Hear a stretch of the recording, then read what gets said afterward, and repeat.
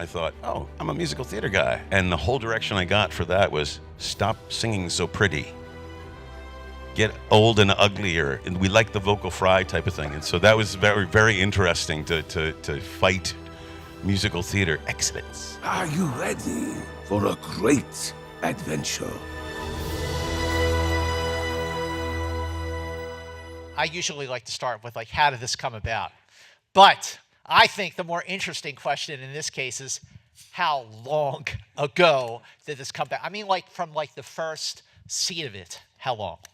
I mean, it depends how you count it, but talking to Phil and Jackie, they've dreamt of telling this film for 3 decades. This story has been placed on their heart, and they've really carried it through their lives. So to reach this moment, yeah, it's 3 decades. For myself, I think it's 10 years on this project.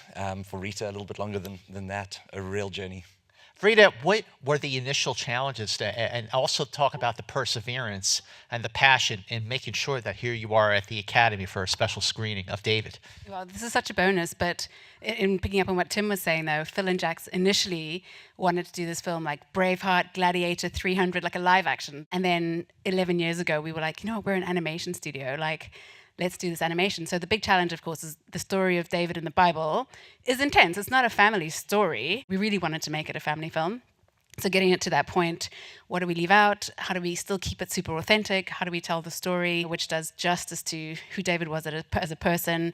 And then it's a musical as well. So we had all those complexities to fit in. Yeah. I would love to hear about the animation. What informed your approach to the style when it came to the not just the human characters, but with this whole cast of animals as well? Yeah, no, so one of the big things is actually we get it straight from the art. We look at our character designs, and we had some incredible designs done by Borja and his team. The other thing that sort of drives the style of the animation is sort of the tone of the film we're trying to tell. We're kind of in a grounded naturalism where we push the caricatured nature, kind of dependent on the design of the character. So like a character like Akish, his animation is a little bit more pushed. The characters that are a little bit more grounded they're a little bit more authentic and relatable in the animation styling. Talk about casting. Like, how did you really come, especially focusing on our panelists here today, getting the right Davids and the right Samuel? So getting the right David, we go all the way back to 2017. Wow. And it was casting a worldwide search for like a 15-year-old boy. And Brandon had just graduated from NYU, right? Yeah. And just got signed by DDO, and this was his first voiceover audition. And then, of course, when we had the full story and the pictures and everything, and thinking about Samuel, it can't just be any actor. It's got to be somebody who's, you know, can sing in Hebrew, and there's maybe a faith element because of the heart, and that's where we found Brian. And he actually does like messianic services and stuff like that, so he was the perfect Samuel. I would love to hear about your audition. If this is your first, I mean, that's a hell of a first. Yeah, it was kind of crazy. Also, thank you guys for being here. I know it's an early screening, so appreciate it. You know, when you first get started, I don't even know if it was officially signed. It was like, well, you know, we'll test the waters. We'll fill it out. And so they sent me this audition, and I read the breakdown, and it described the film as kind of a mixture of Tangled meets Prince of Egypt. And I was like, I just want to see this movie. So I submitted it, thought nothing of it. A month and a half later, they call me, yeah, so you have a final callback for David. And afterwards, I just was like, I think I got it. Yeah. Like, I don't know why, I have this feeling. Sure enough, a week later, they call me and that I get it, and I was ecstatic, and I thought we were doing the movie like right away.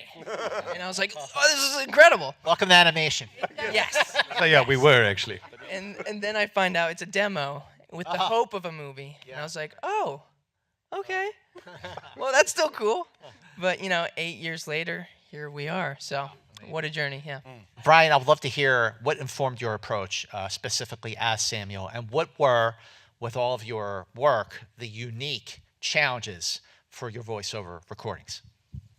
This was a gift to be able to do this. The challenges of it were not being too driven for it, too excited.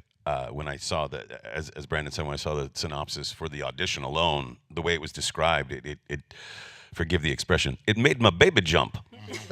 And it got me very, very excited for the prospect of something so beautiful. I also have a very direct tie to the Holy Land. I also am a musical theater veteran, so singing the blessing song and other material, and particularly in Hebrew, was odd because I thought, oh, I'm a musical theater guy. And the whole direction I got for that was stop singing so pretty.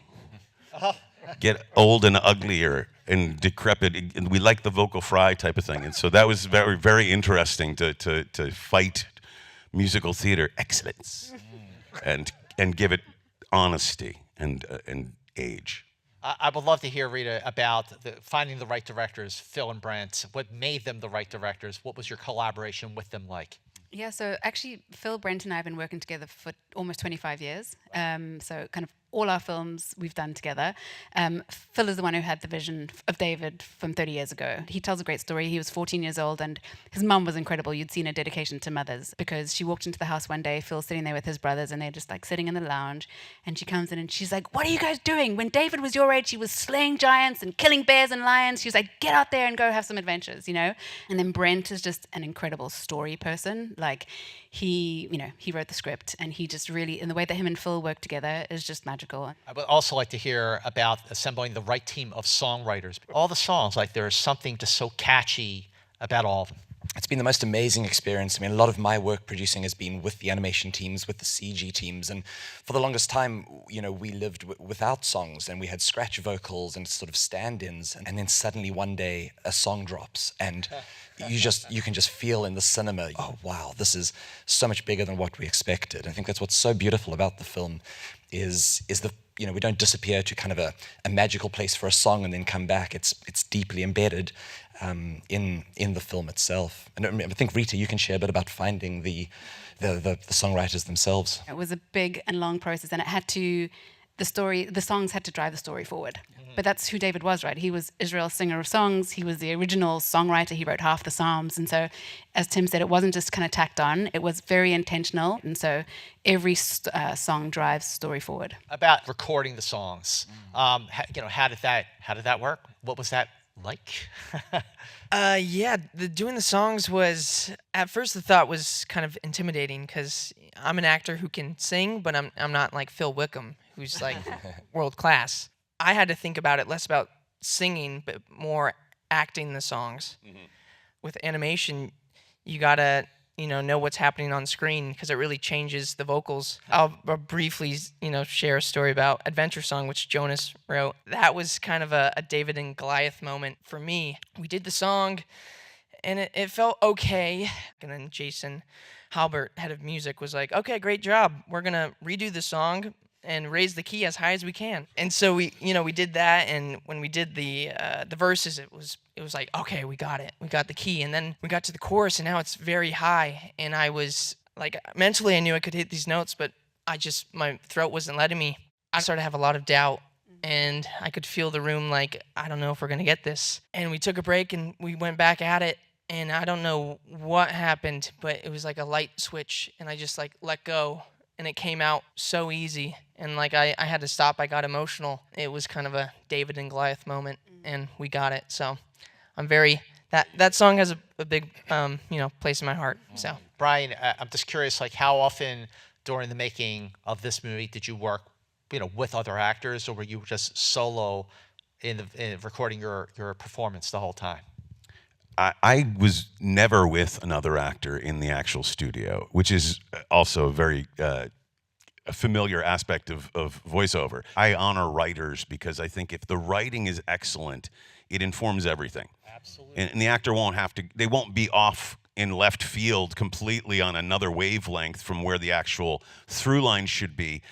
It'll come alive in a true way if the writing's excellent. And I believe the writing on this was so good that it just kind of brought it out. Plus, you can't beat the Bible.